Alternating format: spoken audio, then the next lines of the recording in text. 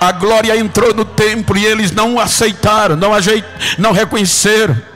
Então a Bíblia diz que Jesus sai do templo nos braços de Maria do mesmo jeito que entrou. Jesus vai para o templo aos 12 anos de idade e eles não reconhecem. Vê a sabedoria, atesta a sabedoria. De onde vem este menino? Que sabedoria é essa? Mas ele é da Galileia, descartário, é um projeto sem futuro. Jesus com 29 anos, agora vai, como Israel rejeitou, então ele vai propagar um evangelho, vai começar a propagação da restauração geral para que Israel foi enviado. Como Israel rejeitou, agora Jesus vai pregar um evangelho, não para a elite, porque a elite havia o rejeitado, mas para aqueles a quem ele foi enviado. Eu fui enviado para salvar os perdidos da casa de Israel. Ou seja, veio buscar e salvar o que se havia perdido, que Israel perdeu o foco. Então vejam que história linda. Então a Bíblia diz que Jesus vai cheio do Espírito Santo. Depois que ele entra nas águas, vejam que o Espírito que começou, o Espírito que formou, agora Jesus é humano. Aí quando Jesus entra nas águas, que João o imerge nas águas, que ele levanta, o céu abre e o Espírito vem em forma corpórea de uma pomba, enche Jesus. Agora o Espírito de Deus está se relacionando de novo, céu e terra, terra e céu, céu e homem, homem e Deus, através de Jesus Cristo. A Bíblia diz que ele agora cheio do Espírito Santo. Eu não vou me demorar, que eu sei o tempo. Porém, ele cheio do Espírito Santo, ele não vai para Galileia, ele para Jerusalém, que era o comum, não era? Por exemplo, hoje nós, qualquer pregador quer pregar nos grandes congressos, não é verdade? Jesus agora estava cheio do Espírito Santo, tinha autoridade pelo Espírito Santo. Vejam que o Espírito Santo comanda todas as coisas, porque a Bíblia diz que ele prescruta até a intimidade e o profundo do próprio Deus, é ele que prescruta. Então o Espírito Santo vai levar Jesus para quê? Para prová-lo no deserto. Primeira tarefa, ele nocauteia o inferno, porque Satanás já queria destruir o projeto no seu começo, não é? Adora-me e eu te darei, presta adoração a mim e eu te darei. Por muitas vezes cara a cara com o inferno tentando destruir o projeto, mas não conseguiu, porque Jesus disse: está escrito, só ao Senhor teu Deus adorarás e só a ele servirás. O inferno é nocauteado. E agora volta Jesus para Galileia. Jesus na Galileia, entendam o que eu vou dizer no texto que eu li. Agora o sistema religioso estava tão corrompido que qualquer pessoa, eu digo porque eu estive lá, conversei com historiadores judeus e egípcios, não estou falando algo da minha cabeça, estou falando algo real, histórico. Ou seja, estudei. Quando nós analisamos este momento, uma ameaça para o sistema era tamanha, porque qualquer homem, baixinho por favor, qualquer pessoa que se levantasse na região, juntasse, por exemplo, se pastor Antoniel dissesse: eu não aceito o que o sistema está fazendo, ou seja, mesmo sem ele querer, ele juntasse uns 10 homens e fosse acrescentando, se a notícia chegasse em Jerusalém, o sistema ia fazer de tudo para eliminá-lo, porque ele era uma ameaça para o sistema. Então por isso que Gamaliel faz menção da realidade que acontecia com Teudas e Judas. Vejam que a Bíblia diz que antes de Jesus já tinha aparecido um revolucionador chamado Teudas, que pregava que ele era importante, e pela persuasão da sua doutrina, da sua oratória, ele juntou cerca de 400 homens. E a notícia chegou em Jerusalém: tem um Teudas surgindo aí, que é ameaça. Então o sistema pressiona, mata Teudas, e também os outros cerca de 400 desaparecem e se torna a obra em nada. Então o sistema diz: levantou, a gente para. Aí Gamaliel diz: também levantou-se Judas. De onde? Da Galileia. Juntou muita gente. O sistema fez o mesmo e acabou a obra de Judas. Então agora a notícia não vai sair como Teudas e como Judas, que começou com 400 e muita gente. Agora Jesus, cheio do Espírito Santo, vai cumprir o que o tema profere e indica, para um propósito. Ele chega e vai para um culto, diz a Bíblia em Lucas 4,18, na congregação de Nazaré, sinagoga. E como era de costume, ele entra, e quando ele entra, cheio do Espírito Santo, recebe a oportunidade para ler o livro, a lei.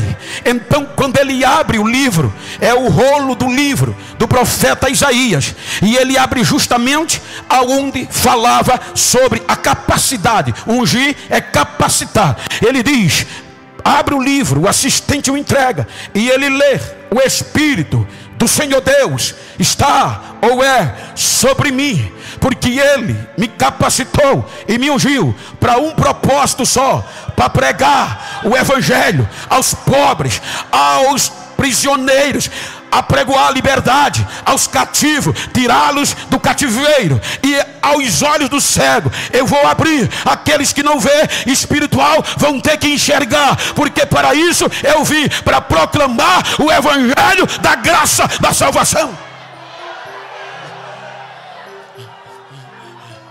Hoje, entre aspas, com todo respeito ao contraditório, quando Jesus enche a gente, quando aparece alguém mais afogueado, quando aparece alguém mais cheio, agora virou profissional, agora vai para 10 mil, 15 mil uma pregação, agora vai para 1 milhão de seguidores no YouTube, agora não vai mais pregar se o aeroporto for mais de 60 quilômetros. Por quê? Porque agora eu estou cheio, reconhecido, estou famoso. Mas o propósito de ser cheio não é para ser famoso, é para pregar o evangelho, é para pregar aos cativos.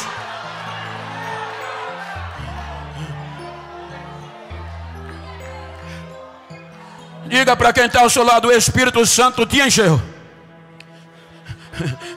para pregar o evangelho, seja onde for, para o rico, para o pobre.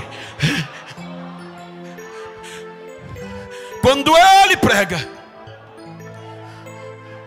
se admiraram que a pregação dele naquele dia está escrito, a Bíblia diz que se maravilhavam. Mas aí ele diz: hoje se cumpriu esta profecia aos ouvidos de vocês. Ele disse: eu vim, eu cheguei. Aí começaram a dizer: não é ele filho de José e de Maria? E o que é que ele faz? Querem matá-lo. Veja como o projeto, gente, eu quero que vocês entendam isso. Esse é o objetivo da minha pregação desde ontem. Como o projeto é ameaçado. A Bíblia diz que expulsaram do templo e procuraram matá-lo, jogá-lo de um monte para baixo. Ele sai de fininho, da Galileia foi expulso. E como Cafarnaum é fronteira, na época, fronteira com o reino dos 2 filhos de Herodes, lugar estratégico, ele monta a moradia em Cafarnaum. E dali vai procurar formar um grupo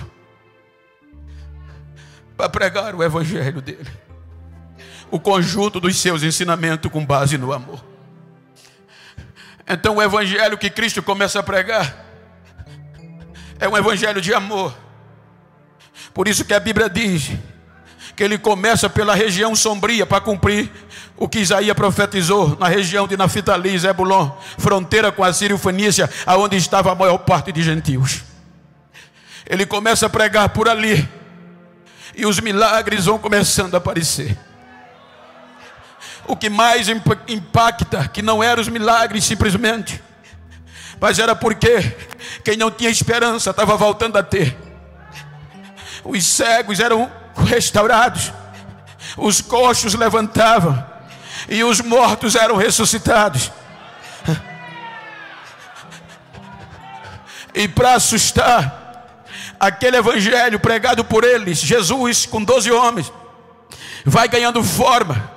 E cada dia o número de pessoas crescia seguindo ele, a ponto que em Judas tem cerca de muitos, em Teudas eram cerca de 400, mas Jesus ultrapassou tanto só pregando o evangelho, sem fazer revolução, que a Bíblia diz que eram multidões que andavam atrás dele, eram multidões que eram atraídas pelo seu evangelho. E tudo era pelo Espírito Santo que ele operava, que ele fazia. Aqui é a importância de nós sermos cheios desse Espírito Santo. Então a notícia chega em Jerusalém, que apareceu um profeta chamado Jesus de Nazaré, que estava juntando muita gente. Por isso que João diz que quando a notícia eclode, então junta-se o quê? Os sacerdotes, os religiosos.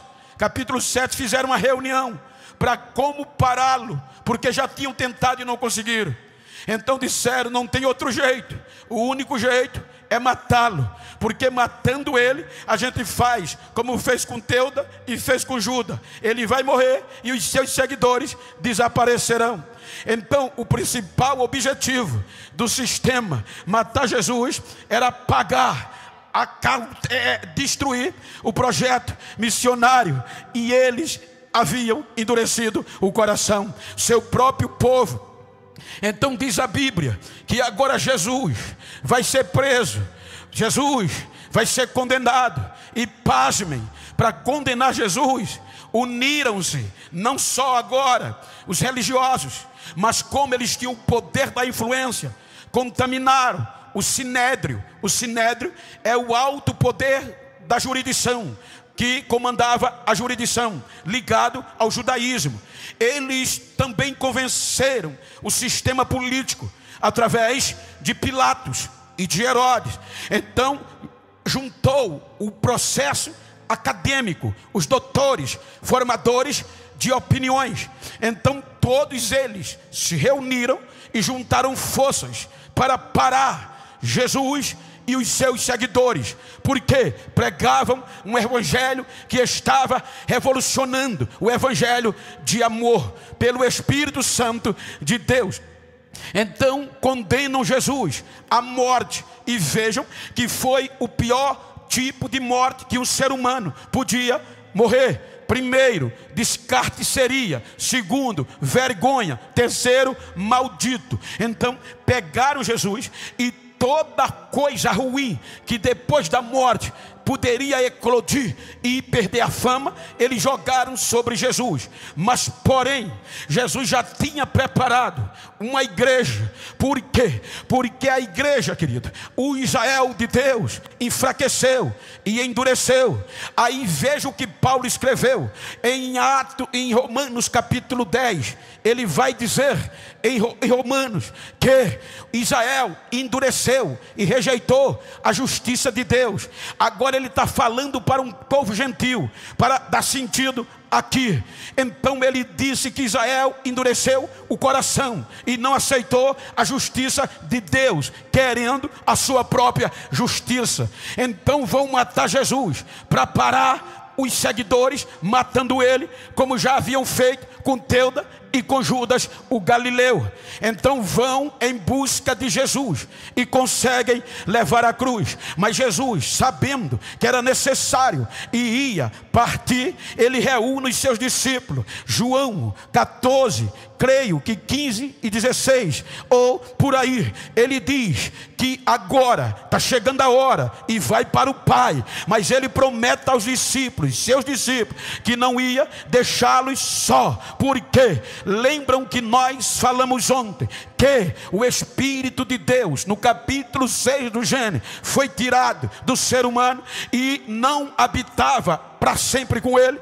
Quando Deus precisava, vinha um e era cheio, resolvia o problema. Mas Jesus agora não. Para a igreja foi diferente, porque ele sabia que ia religar céu e terra. Ele sabia que agora a morada desse Espírito não ia depender mais de um templo feito de alvenaria. Por isso que partir dali, o Espírito ia ter um lugar para habitar, que era dentro de mim e dentro de você, e aí ninguém pode destruir. Então vem e agora começam a tentar tirar isso. Aí ele diz: ei, se preocupem não, eu vou rogar ao Pai e Ele vai enviar um outro Consolador, e aí Ele vai permanecer para sempre com vocês. Por isso que a porta do inferno não vai prevalecer contra a igreja de Cristo.